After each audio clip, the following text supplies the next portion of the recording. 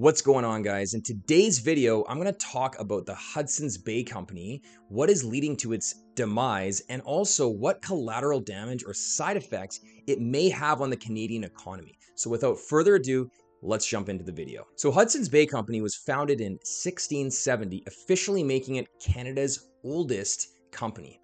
Now, the fact that this company is going out of business is a sign of many different things, not just the fact that Canada's economy is suffering.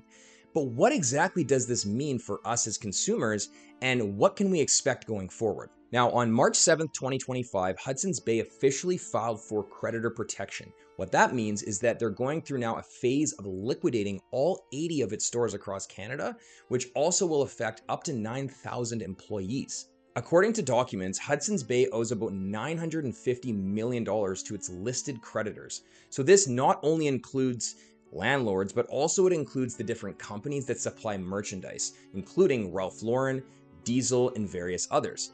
But it also includes the elevator, escalator companies that service the buildings. If you haven't noticed, I was recently downtown in Vancouver at the iconic Bay location on Granville Street, and I noticed there's 6 floors and no one was able to get me to the top floor. It took about 30 minutes just to get up there because the elevator was down, the escalators were blocked off for safety reasons, and I gotta tell you, it felt grim. Now, in my opinion, there are 3 main factors leading to the demise of this giant. 1, consumer spending and habits.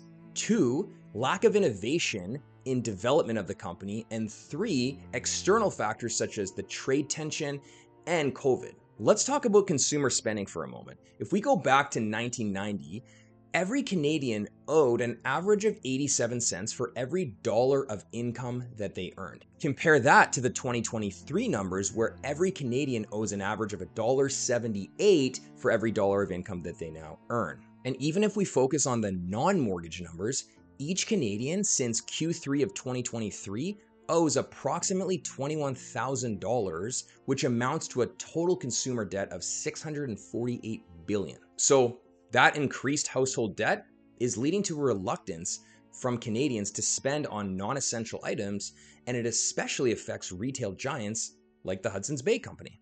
Now, in regards to consumer behavior, e-commerce spending and online sales has become a growing trend. Now, according to Stats Canada, in certain retail sectors, the share of e-commerce sales went from 6.3% in 2017 up to 13.6% in 2021. And yes, those numbers are skewed due to the pandemic back in 2021, but according to Report Linker, that number is actually projected to increase by 2028 to 13.9%. Now, the second reason why Hudson's Bay has struggled is because of an underinvestment in innovation.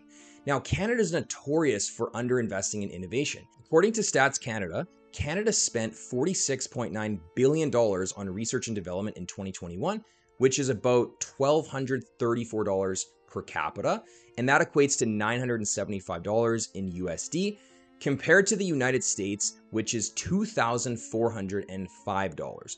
That's 2.5 times more than in Canada. And although this number is not exclusive to the Hudson's Bay Company, it's pretty apparent that this is partly what led to its demise. Now, looking at some of the recent history of Hudson's Bay Company, American real estate kingpin Richard Baker back in 2008 acquired the Hudson's Bay Company for $1.1 billion. And although the stock was dropping at the time of purchase, it was seen as a valuable business because of its real estate holdings. Now, in my opinion, when a big investment company purchases a massive company like Hudson's Bay, they're not as concerned with the success of the company long term, but rather the investment potential and essentially the value of it being sold at a later time for a higher price. But unfortunately, that's another factor that I believe has led to the demise of Hudson's Bay. So the third and final reason why I believe that Hudson's Bay has gone through this unfortunate situation is because of external factors. And as we know, COVID is the obvious one, right? When COVID happened, it's not exactly like other retail businesses were thriving. And sure, some of them took their model online, and that has been successful. But Hudson's Bay has always been that department store model where you want to go, especially during the holidays, you want to shop with your friends and family, and it's nostalgic, right? We can all think of memories where we're going to that store and standing in line and looking at different items, and it brings back those memories. So people associate the company with those types of buying. And so unfortunately, COVID and the shutdowns, it really did affect the business in a very negative way. So what about the other external factor of the trade war? How has that affected the Hudson's Bay Company? Well, one thing for sure is pricing strategies that the Hudson's Bay Company has had to implement have been majorly affected by this trade war because of increased tariffs and, of course, increased costs of goods and importation.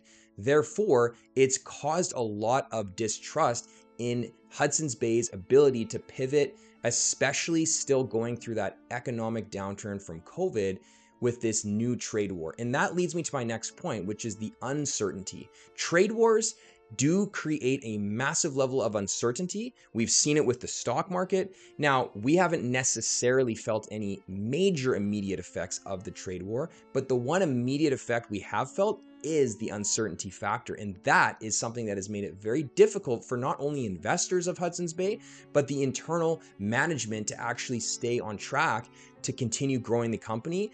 And likely this has been a major turning point for Hudson's Bay. So as sad as it is, and as unfortunate as it is to see this company go down, we all know that nothing in life is permanent.